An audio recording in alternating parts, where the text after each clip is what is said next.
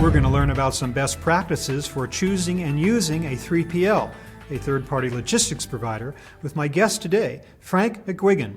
He is President of Transportation Management with Transplace. Frank, welcome. Thank you. Thank you for having me today. It's a hot issue these days as companies look to control costs and decide what their core competencies are and trust 3PLs to carry out some of their key types of transportation processes. What, in your opinion, are some of the benefits of a synchronized 3PL customer relationship? I think the benefits have been well documented over the years, and if you look at the most recent studies, there are direct benefits from most 3PL utilizers or shippers outlining direct cost out, service improvement, better visibility to what's going on in their supply chain, better visibility to the metrics that are driving their supply chain. And this continues to evolve over time. Of course, there's nothing new about the 3PL. This particular creature has been around for many years now, but I would imagine that companies are still, those who are delving into this for the first time might be a little nervous about turning over some key processes that they used to do in-house to a trusted 3PL. Do you find that's an issue, and do you find you have to talk to companies about that? It's amazing. Every year as our business continues to grow, we're either growing through inheriting a company that's changing 3PLs, or we're growing through a first-time outsourcer. In the first-time outsourcing relationships, we do find that there are processes that have been in place for years that we're trying to lift up as an organization, apply our technology to, and ultimately automate. With that comes process change. Therefore, you have to be in lockstep with the program. You have to do a proper stakeholder analysis, a proper business case on what this process is going to bring to the company to make sure that you have complete stakeholder alignment all the way through. For that matter, I would imagine that what we call a 3PL today is probably something quite different than what was one 20 years ago in terms of the services you offer your clients. Is that true? And if so, how different are you today than versus that 3PL of some years ago? I think that third-party logistics companies are similar to the way they were years ago. I think one of the big differences is the prevalence of technology nowadays. If you go back 10 years, as an example, some companies would just outsource to have access to technology that they didn't want to buy or could afford. Or they would outsource because they wanted to utilize a third-party warehousing relationship because they didn't have a network, they didn't have enough density for their own network to support that. We believe that though technology is prevalent, there's a lot of technology that's in the marketplace today that isn't proven. We think there's a few out there like Transplaces that have been improved upon year in and year out and have a tremendous amount of utilization. If you look at some of our customers, we've been outsourced with for 18 and 19 years at this point. We've been utilizing this technology for a long, long time. We've been improving upon it in collaboration with our customers and their evolving needs. And it works quite well for us. So give us some tips. How does a shipper select the best 3PL for them? I think it's such a critical decision for shippers. And I think I challenge them to be in a place as an organization before you even start looking, have alignment that this is something that you're going to do. This isn't something that you're going to try or something you're going to pilot. This is something you're going to do. It's funny, I had a conversation with somebody today saying, you're going to do this.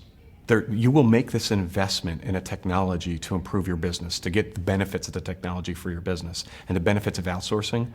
Why not now? So alignment within the shipper, critical. The second thing I would challenge is again, the market is getting crowded. And so look at demonstrated capabilities in the area of the business vertical you're in. So Transplace, as an example, supports heavily the manufacturing community, supports heavily the CPG community, supports heavily the chemical community, food, retail, et cetera.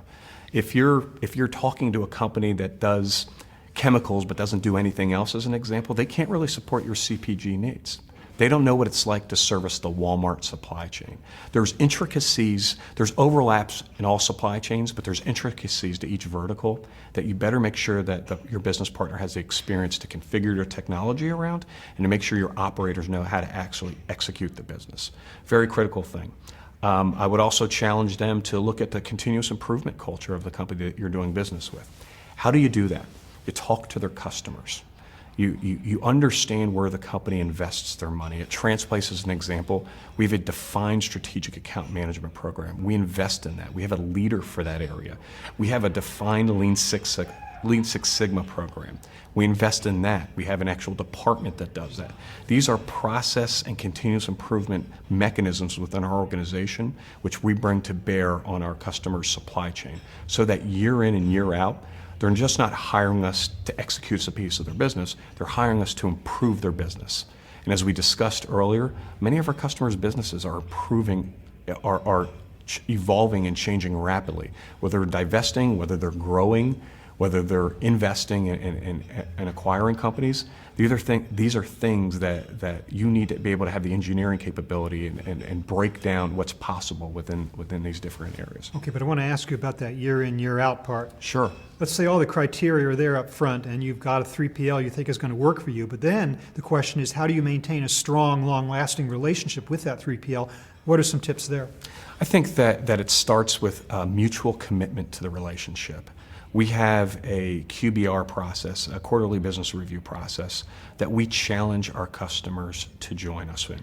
And we're going to do all the work for you, but we want to be sitting in front of you. Obviously, you have daily tactical execution calls on how your business is running, but on a quarterly basis, we want to be in front of you talking about how your business is performing, talking to you about what's going on in your business, what's going on in the market right now, and how that's impacting your business, so we can work together to either protect you or introduce some ideas that'll drive some innovation into whatever's occurring in your business.